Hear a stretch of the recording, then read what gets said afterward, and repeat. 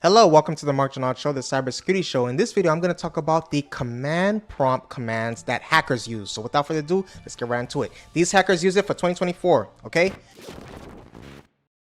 Number one, we have Telnet, which allows you to establish a remote Telnet type connection before attempting to dial, ensure that both machines support Telnet communication and that the client software is installed.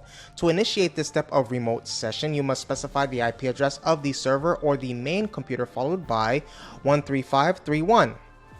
The number at the far end of the command represents the communication port used by the SAG50 connection manager.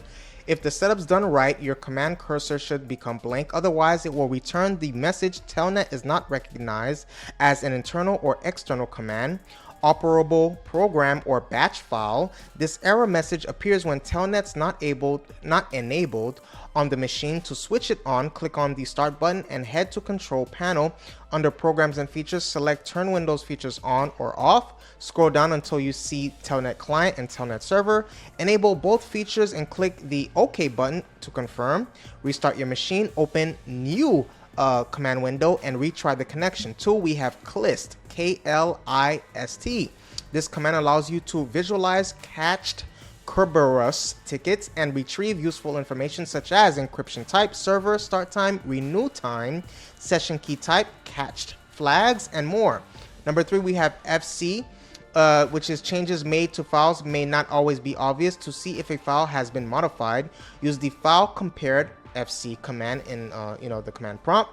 You can perform two kinds of file comparisons, which is the ASC2 or binary. For instance, you may want to use ASC2 type comparison when working with a text file. On the other hand, for media like pictures, clips, etc., a binary comparison would be the better approach. Number 4, we have Powercfg.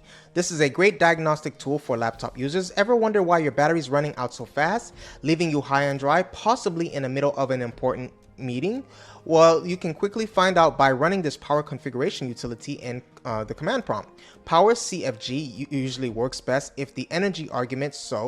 After running the combo Powercfg energy, your machine will begin a 60-second power test.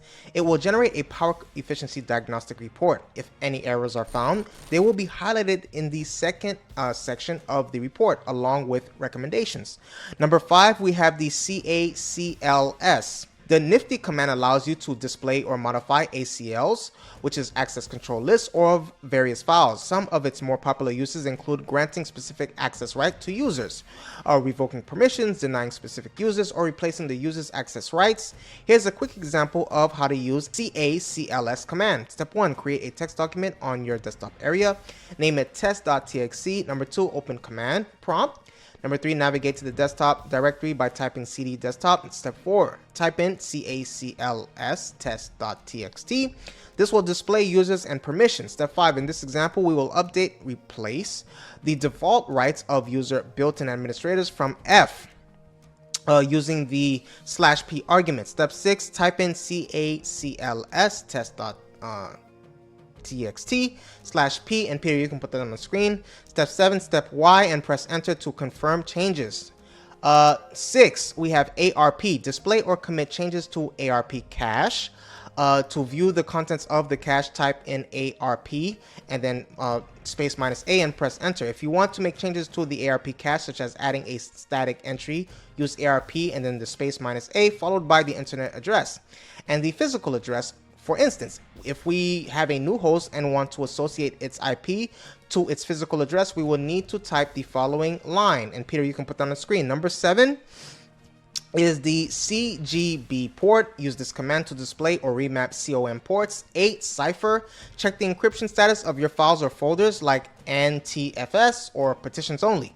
So that's what I was able to come up with. Let me know if I missed anything. What do you think is even better than what I talked about? Please hit the subscribe button. Please hit that subscribe button. Please hit the notification bell. I appreciate your viewership and see you on the next video.